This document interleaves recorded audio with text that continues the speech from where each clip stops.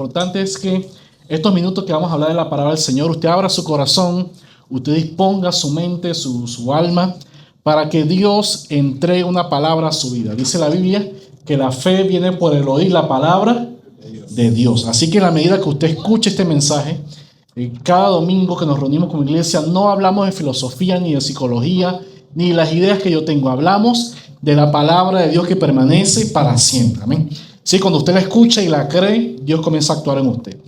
Quiero que lea conmigo entonces, con la bendición del Padre, del Hijo y del Espíritu Santo. Usted dice, amén. Y soplando una brisa del sur, pareciéndoles que ya tenían lo que deseaban, levantaron anclas e iban costeando Creta. Pero no mucho después dio contra la nave un viento huracanado llamado Euroclidón. Y siendo arrebatada la nave y no pudiendo poner proa al viento, nos abandonamos a él y nos dejamos llevar. Y habiendo corrido a sotavento de una pequeña isla llamada Clauda, con dificultad pudimos recoger el esquife. Y una vez subido a bordo, usaron de refuerzos para ceñir la nave. Y teniendo temor de dar en la sirte, arriaron las velas y quedaron a la deriva. Pero siendo combatidos por una furiosa tempestad, al siguiente día empezaron a alijar. Y al tercer día, con nuestras propias manos, arrojamos los aparejos de la nave. Y no apareciendo ni sol ni estrellas por muchos días, y acosados por una tempestad no pequeña, ya habíamos perdido toda esperanza de salvarnos. Entonces Pablo, como hacía ya mucho tiempo que no comíamos, puesto en pie en medio de ellos, dijo: habría sido por cierto conveniente, oh varones, haberme oído, y no zarpar de Creta, tan solo para recibir este perjuicio y pérdida. Pero ahora os exhorto a tener buen ánimo, pues no habrá ninguna pérdida de vida entre vosotros, sino solamente de la nave, porque esta noche ha estado conmigo el ángel de Dios, de quien soy y a quien sirvo, diciendo: Pablo, no temas, es necesario que comparezcas ante César. Y he aquí Dios te ha concedido todos los que navegan contigo. Por tanto, oh varones, tened buen ánimo, porque yo confío en Dios que será así como se me ha dicho. Yo confío en Dios que será así como se me ha dicho. Yo sé que si Dios nos ha hablado, Él nos va a cumplir. Amén. Le puse como título a esta reflexión: lo que la tormenta no puede hacer. Lo que la tormenta no puede hacer. Y vamos a hablar de ello unos minutos. Quiero invitarle a que ahora usted me acompañe. Vamos a hablar con Dios. ¿Cómo lo hacemos? Nosotros cerramos nuestros ojos, usted lo hace con los ojos cerrados, abiertos. Lo importante es que usted se presente ante Dios y le pida que le hable en esta mañana. Amén. Así que acompáñeme a orar y a pedirle al Señor que nos trate como Él desea hacerlo en esta mañana. Padre, en el nombre de Jesús te doy las gracias por cada uno de los que estamos acá, Señor. Voy a hablar tu palabra.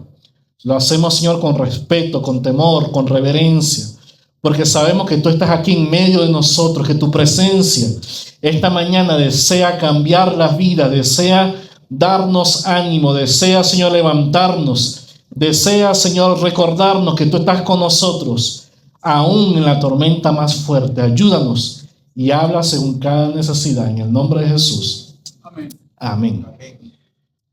A veces en nuestras vidas tenemos que sufrir tormentas, aunque usted y yo no las causemos. Hay problemas que a usted se le vienen por culpa exclusivamente de usted. Hay problemas que usted y yo no buscamos. Esa es una de las debilidades del ser humano. Es el único ser que se tropieza 2 veces con la misma. No solamente 2, eso puede ser 2, 20, 200. Muchas de las cosas que a ustedes y a mí nos ocurren son consecuencias de nuestras acciones. Pero hay otras que a usted también le ocurren que quizás no sean tan culpa suya. Quizás es por culpa de los demás. Y muchas de esas tormentas vienen a traernos conflictos a nuestras vidas. Entonces, hay problemas que usted y yo nos buscamos y hay otros con los que no buscamos, pero nos encontramos. Este es el ejemplo del apóstol Pablo.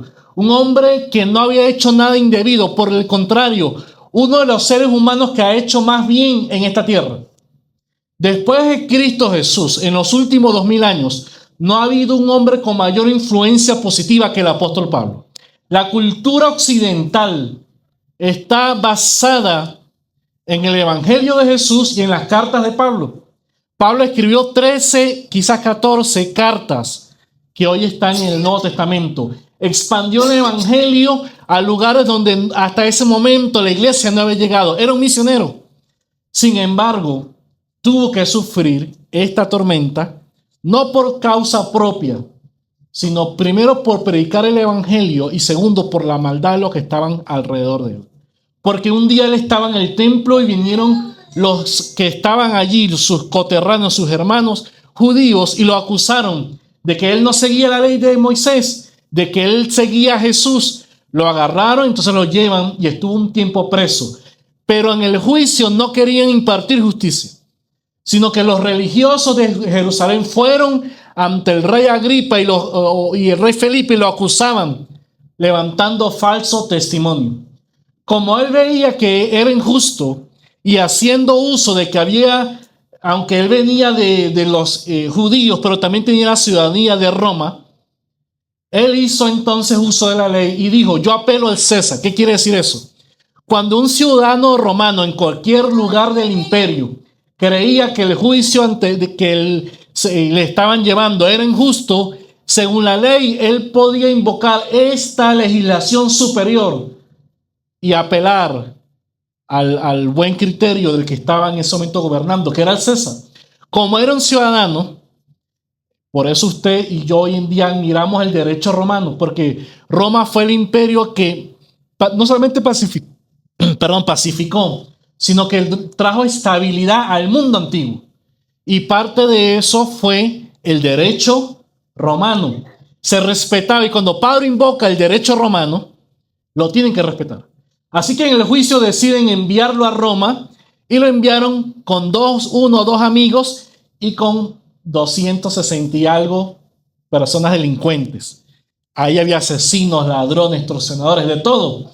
Los monta en un barco. Y cuando van navegando ese trayecto era de varias semanas. Esos barcos no eran como los que son en el día de hoy, que son rápidos. Todos sabemos que tardaban muchos días y pasaban por muchas islas y momentos para traer nuevos alimentos, para cuidarse, para descansar. Y en este barco habían dos personas al mando, el capitán y por encima del capitán un centurión, quien daba las órdenes, qué se hacía y no.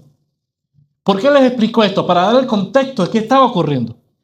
En uno de los lugares donde ellos estaban, comienzan en ese momento a venir algunos reportes de que podía venir algunos vientos huracanados. En esa época del año, todavía hoy en día, pasaba y pasa un viento muy fuerte que se le conoce como Euroclidón. Recorre esa zona del Mediterráneo. Es como cuando usted y a mí nos dicen: viene la niña, ¿se acuerdan? El fenómeno de la niña o el niño. Es todo el tiempo, anualmente, cada 2 años, vienen vientos por el Pacífico y traen lluvias muy fuertes en varias partes donde la costa es afectada por estos vientos. Lo mismo pasó y Pablo les recomienda: no salgamos. Pablo estaba acostumbrado a viajar en barco, tenía años viajando en barco, había hecho varios viajes misioneros, yendo por las iglesias, y cada viaje con aquel tiempo lo más rápido era ir en barco, era más rápido que ir en caballo. Así que Pablo sabía lo que estaba hablando, no le hacen caso y llegamos al versículo 3. Ese es el resumen del capítulo en todos los versículos anteriores. ¿Qué ocurrió? Ellos van directo a la tormenta, pero no lo saben. Cuando ya ellos pueden darse cuenta de lo que estaba sucediendo, ya era tarde. El viento estaba azotando. Las nubes habían cubierto toda esa zona y ya llevaban casi 14 días sin ver el sol y las estrellas. Y me llama la atención algunos datos que me da Lucas, que andaba en ese momento con el apóstol Pablo y es el escritor. Primero, dice él: y soplando una brisa del sur, pareciéndoles que ya tenían lo que deseaban, levaron anclas. Muchas veces las tormentas más fuertes vienen a nuestras vidas cuando usted y yo no lo esperamos. Ellos pensaron que ya habían sorteado la tormenta.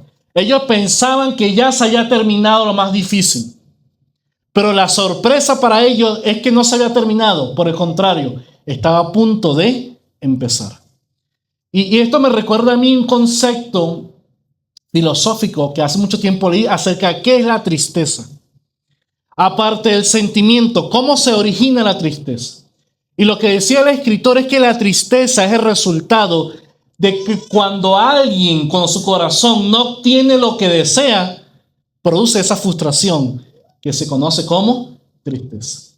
Así que la tristeza no es nada más que no tener lo que yo deseo. Cuando usted obtiene lo que usted desea, ¿cómo se siente? Contento, feliz. Cuando usted no obtiene lo que usted desea en su vida, en su matrimonio, en su trabajo, en la nación donde usted vive, usted se siente triste. Y esto es lo que le ocurrió a ellos, se sintieron tristes, porque cuando ya pensaron que iba a pasar esa tormenta en sus vidas, venía lo peor.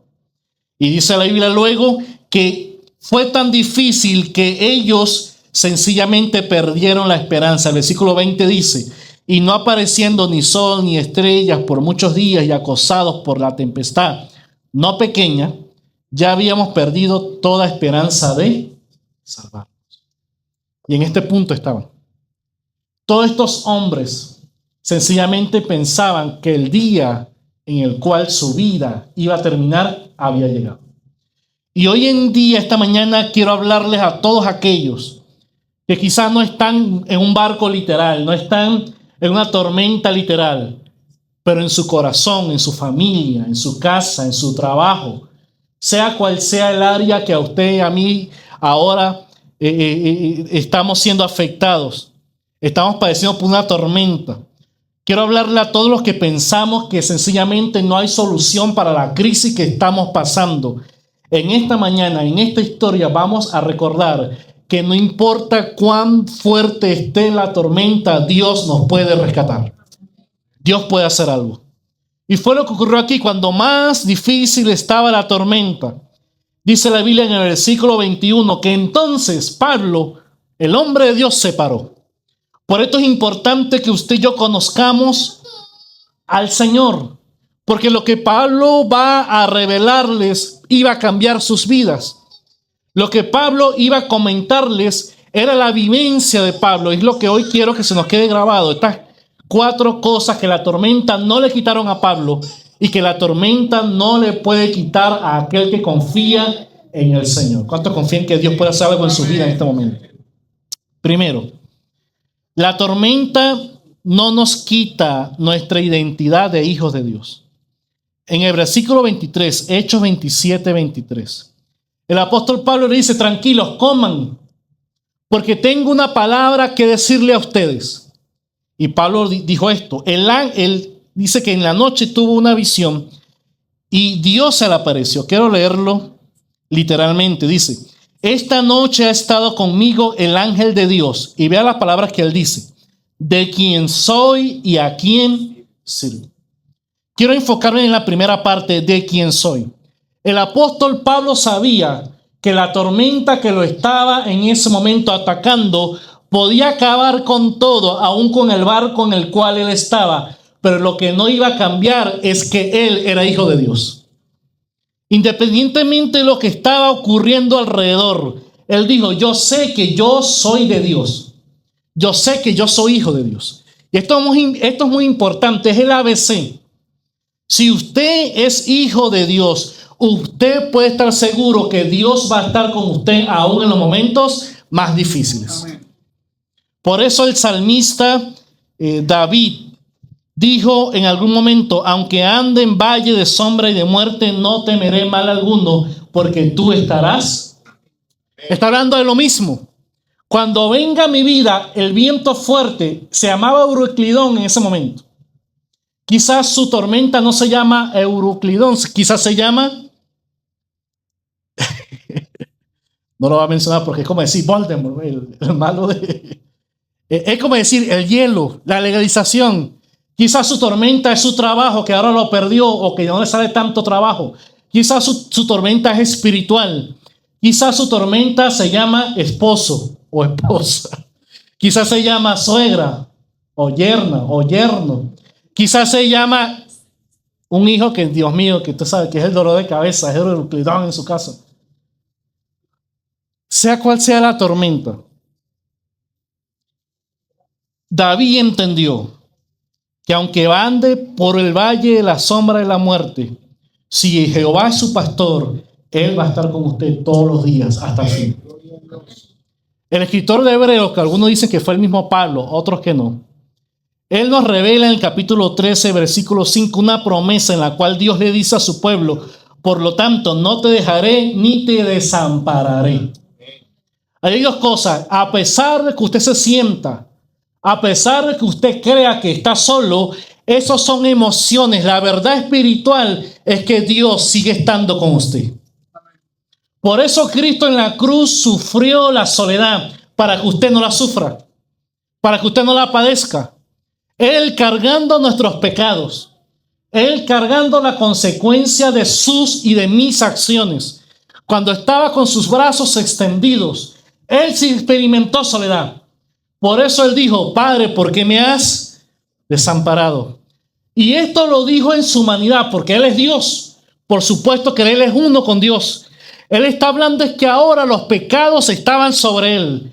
Y la relación perfecta, eterna con el Padre, por un momento en la humanidad estaba siendo empañada por el pecado. Por eso, aunque usted tenga pensamientos de que por causa de sus errores Dios no está con usted, es falso. Toda esa pena, esa vergüenza, esa separación, Cristo la cargó por usted y por mí en la cruz del Calvario. Amén. Tanto es así que el Padre no lo abandonó, porque el que lo levantó de la tumba, dice la Biblia, que fue el Espíritu de Dios. Es decir, siempre la Trinidad estuvo unida. Lo que Jesús experimentó fue el peso del pecado, suyo y mío.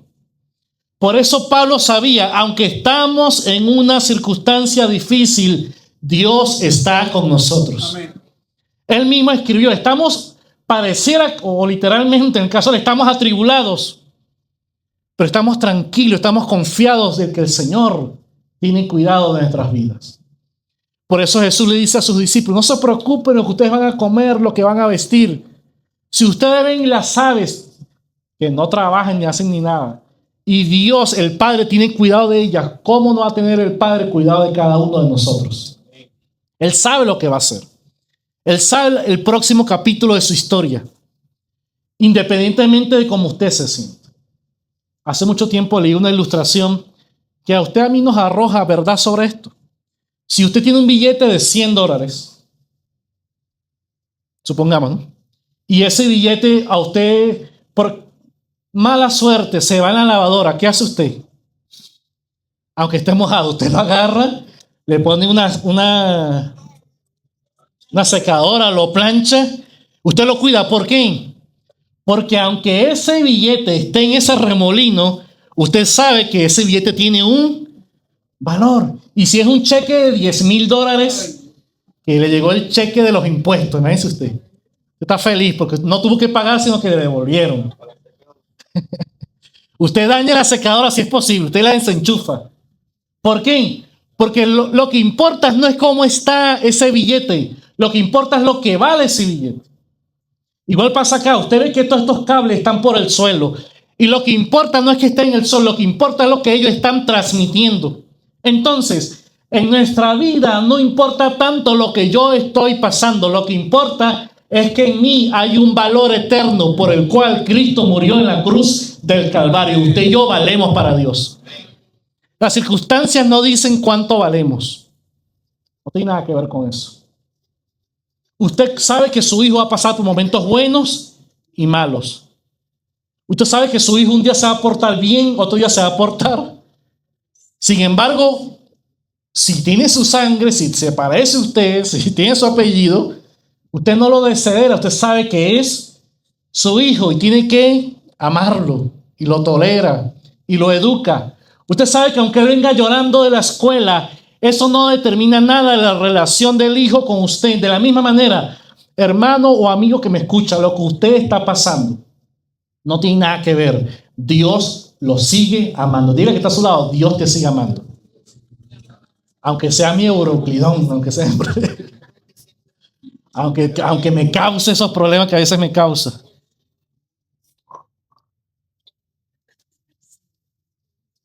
El apóstol Pablo entendió que la tormenta no podía quitar su identidad.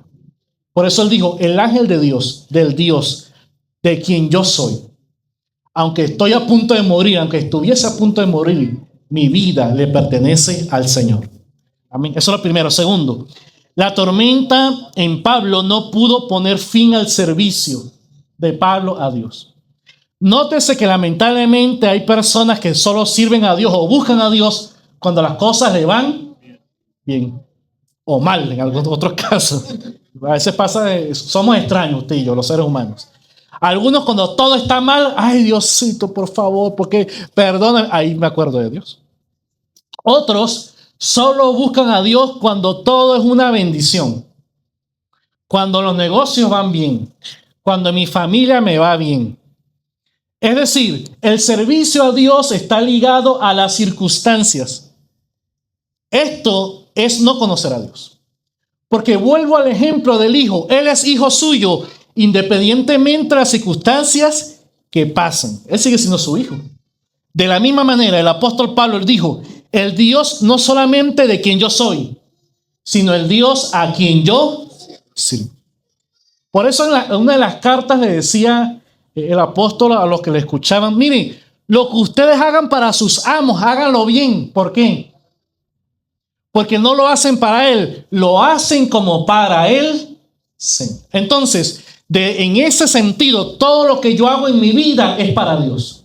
Yo soy fiel a mi esposa, ¿por qué? Porque estoy sirviendo a Dios. Yo sirvo en la iglesia, ¿por qué? Porque estoy sirviendo. Yo sirvo a mis hermanos, ¿por qué? Porque estoy sirviendo al Señor. Los hombres que hicieron la parrilla la semana pasada, fue una bendición. Lo hicimos para las madres, pero ¿para qué se hizo? Como para Él.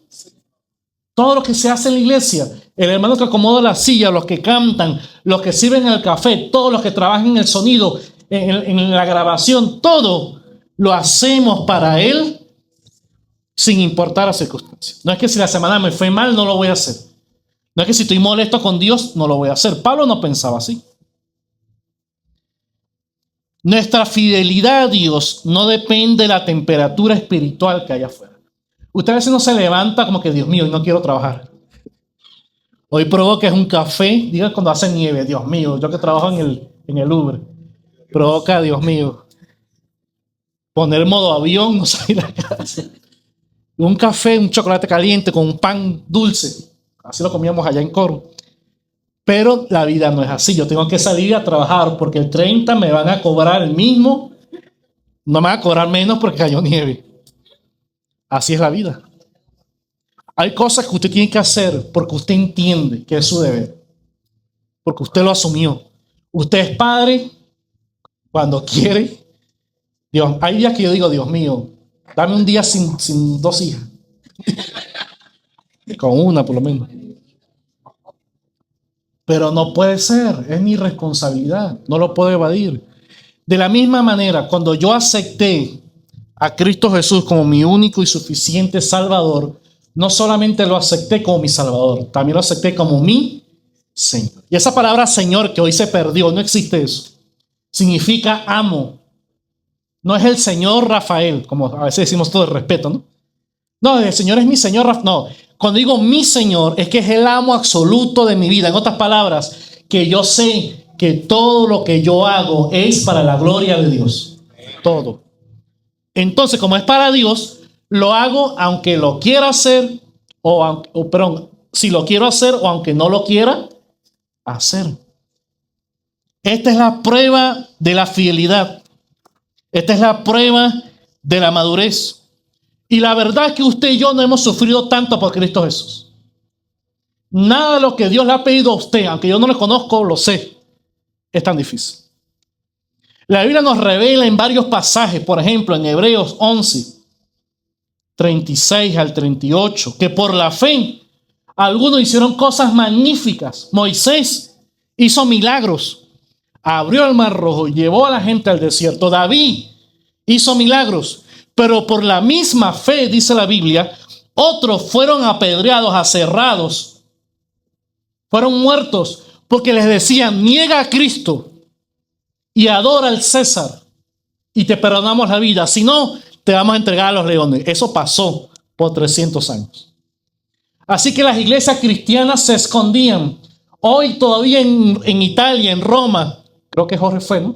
Tú fuiste para Catatumbas. Jorge, todavía existen los testimonios de cómo debajo de la ciudad los cristianos, algunos dicen que cuando los veían se asustaban, eran espantos, porque duraban 2 y 3 años sin ver la luz del sol. ¿Por qué? Porque si la gente descubría que eran cristianos, los seguía e iba y apresaba a las mujeres y a los hombres y los llevaba y los lanzaban o a la fiera de los leones o los mataban en los juegos de los gladiadores. Un desastre, era una cosa horrible. Un emperador se lo vio loco, el que mató a Pablo, por cierto. Y él mismo se cree, son los historiadores, dice, incendió parte de la ciudad. ¿Y a quién acusó? A los cristianos.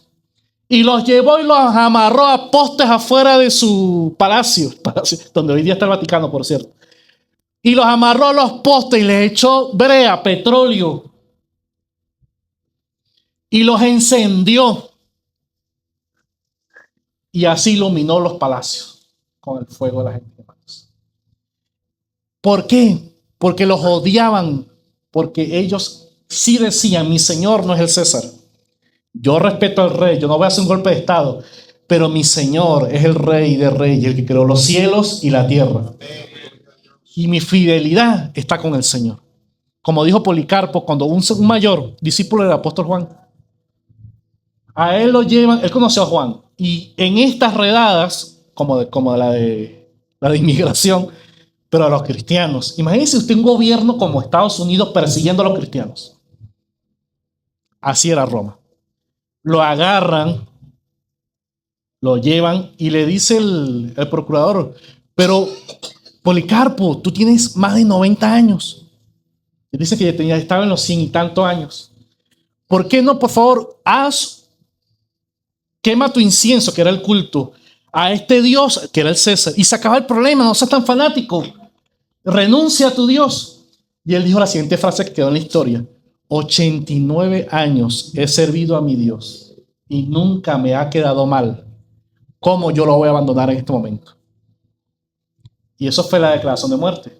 En un lugar lleno de cientos de personas, quizás miles, lo llevan, lo ponen en unas estacas, lo amarran, prenden fuego. Dice la historia que en ese día fueron nomás los que creyeron por la muerte de Policarpo que los que estaban en la iglesia en ese momento, en esa ciudad. Porque eso fue un testimonio de que este hombre había muerto por su fe. Por eso decía que ninguno de los que estamos acá hemos sido, y yo creo que no, ojalá que no, pasemos por una prueba tan complicada de fe. Estos hombres pasaron por allí y vencieron. ¿Qué le dice a usted y a mí esto? Que si estos hombres fueron capaces de permanecer y servir a Dios a pesar de las circunstancias difíciles, usted y yo también podemos ser fieles al Señor. A usted no están pidiendo nada de eso, ni a mí. ¿Qué nos piden? Leer la Biblia, tener fe, buscar al Señor. Pablo lo entendió y dijo: al Dios a quien yo sirvo, ese Dios estaba conmigo. Si usted es de Dios y usted es fiel a Dios, usted va a experimentar lo que experimentó el apóstol Pablo en ese momento. Él dice: el ángel de Jehová que ha estado conmigo. Me llama la atención porque había una tormenta. El mundo espiritual no es el mundo físico. No es esto que usted ve aquí. Aquí vemos unas paredes, vemos un sonido. El mundo espiritual es lo que Dios ve, donde vive Dios. Y ese mundo no está limitado por el físico. Es algo totalmente, no es este universo. No se rige por la química, la física. Por eso les decía hace un tiempo atrás, cuando alguien dice: muéstrame a Dios, no es así. Si Él quiere, se revela, pero Dios no es de carne y hueso. Dios es espíritu. Y en el mundo espiritual existen ángeles, y la Biblia nos revela que Dios los envía a nuestro favor para bendecirnos. Este fue el caso del apóstol Pablo. Dice él que un ángel de Dios se le apareció y le dio este mensaje. Note que el ángel no fue detenido por la tormenta. La tormenta estaba en el aire. No sé si usted ha visto las películas de cuando ocurre una tormenta en el mar. Los que han estado en los barcos quizás han experimentado algo, una tormenta que puede durar días. El cielo se pone gris, no se ve el sol. Es una cosa que da miedo. Ellos estaban experimentando eso. Y aunque físicamente era imposible, por supuesto, que alguien llegara ahí, para Dios no había límites. ¿Qué me enseña esto? Que no importa la circunstancia material que usted y yo estamos pasando, Dios puede romper esa crisis y hacerse presente para hacer un milagro en nuestras vidas. No importa cuál es la crisis. No, hermano, lo que pasa es que usted no sabe cuál es mi crisis. Usted no ha vivido lo que yo he vivido, me puede decir usted. Y es verdad, quizás yo no lo he vivido, pero el Señor sí conoce todas las cosas y está con usted para darle alivio en este momento de dificultad. Por eso el apóstol le dice, ánimo. Están tristes, ánimo. Han perdido la esperanza, ánimo.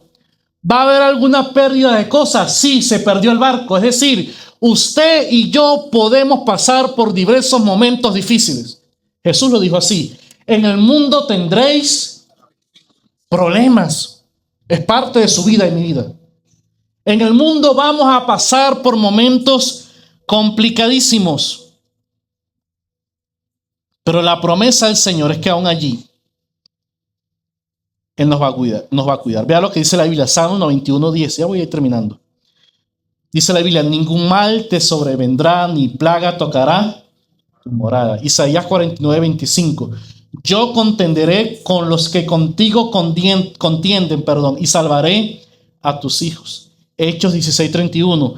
Cree en el Señor Jesucristo y serás salvo tú y tu casa. Santiago 5:16. La oración eficaz del justo puede mucho. Puedo seguir leyendo más versículos de lo que Dios ha prometido en su vida. El Señor está trabajando para que sea cual sea la prueba por la cual usted y yo estamos pasando, enviar ayuda y que usted y yo podamos testificar que Dios todavía en el 2026 hace milagros. Amén. Dios restaura la vida, Dios restaura los hogares, Dios restaura la economía, Dios restaura nuestra paz, nuestra salud. El Señor todavía puede hacer milagros. Y quiero concluir con algo muy importante. El apóstol Pablo recibió una bendición. Vea, ¿quién era cristiano en ese barco? Pablo y quizás Lucas y uno o dos más, ¿no? Los demás no eran cristianos. Sin embargo, Dios le dio una promesa. Pablo, aunque sabía que los demás no eran cristianos, quizás eran culpables de estar allí, de morir de esa forma, porque ahí había de todo, Pablo oraba por ellos. Pablo estaba intercediendo por ellos. ¿Cómo lo sé? Porque le dice el ángel que Dios le va a conceder a todos los que navegan con él. ¿Qué significa conceder? Que él estaba orando. Es decir, Dios es tan bueno que no solamente está dispuesto a hacer milagros en su vida, sino también en la vida de los que están con usted. Eso es algo poderosísimo. Nótese algunas claves. Hechos 27. Voy a leer 3 versículos. Me lo sé de memoria porque tienen la coincidencia que están separados cada 10 versículos. 27:24. Dice así. Pablo, no temas, es necesario que compadezcas ante César. Esto fue lo que le dijo el ángel. Y he aquí Dios te ha concedido todos los que navegan contigo. Ahora el versículo 34. Por tanto os ruego que comáis por vuestra salud, pues aún ni un cabello de la cabeza de ninguno de vosotros perecerá. Versículo 44. Ahí ya pasa todo el naufragio, se salvan. Y el 44 dice, y los demás parte en tablas, parte en costa de la nave. Así fue como llegaron a tierra. Y así aconteció que todos se salvaron saliendo a tierra. Así que vea usted que la bendición de Dios es tan potente que no solamente los cuidó a Pablo, sino que también cuidó a todos los que estaban con él. Todo esto ocurrió porque Pablo sabía que tenía un propósito de Dios. Pablo sabía que él no estaba en ese barco por casualidad. Pablo sabía que él no iba ante César por casualidad. En el primer momento, la primera vez o la segunda sería esta que Dios le habló a Pablo, le dijo, es necesario que testifiques. Es necesario que tú hables ante reyes. Él sabía que se estaba cumpliendo una palabra, un propósito en su vida. De la misma manera, quiero decirle que no es casualidad que usted está pasando por las situaciones por las cuales usted ha venido atravesando los últimos días. Dios lo permitió. ¿Acaso Dios no podía evitar eso? Sin embargo, por una razón que yo no puedo decirle porque no la sé, Dios le permitió a Pablo estar en ese barco con esas personas. La Biblia nos revela algunas cosas allí, pero no tenemos ni idea de todo lo que Dios estaba haciendo allí. Luego de allí dice la Biblia que él fue a una isla. En esa isla llamada Malta, Dios hizo milagros. Ahí se fundó prácticamente otra iglesia. Pablo luego fue a Roma y estando en Roma preso, Pablo siguió predicando. Pablo testificó por un tiempo hasta que se cumplió su propósito. Por lo cual yo entiendo que sea cual sea el nombre de la tormenta que ha venido a su vida o a mi vida, no me va a destruir hasta que Dios haya culminado su propósito en nosotros. El salmista dijo, Jehová cumplirá su propósito. Entonces las cosas por las cuales usted ha estado atravesando están allí porque Dios las ha permitido. ¿Por qué? No lo sé. Por mi carácter, por mi fe, por mi madurez, para que yo confíe más en el Señor, para que sea testimonio a otros. Hay múltiples razones que no puedo enumerar. Pero la Biblia no me dice, nunca vas a evitar pasar por el valle de la sombra. No, dice, cuando pases, o aunque pase por el valle de la sombra, la muerte. Es algo latente que usted pase por problemas. Lo que quiero recordarle hoy es que esos problemas no van a ahogar el propósito de Dios en su vida. Y yo quiero animarle a que tenga ánimo hoy, sin importar la crisis ni lo complejo de su situación. Dios tiene una salida para usted. Dice la Biblia que al finalizar todo esto, muchas personas creyeron en esto. De igual manera, Dios tiene un plan para su vida.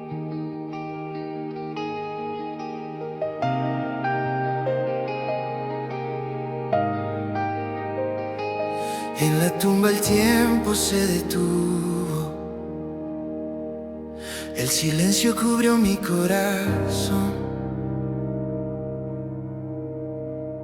Todo parecía terminado, pero tu palabra me despertó. Tu voz quebró la noche oscura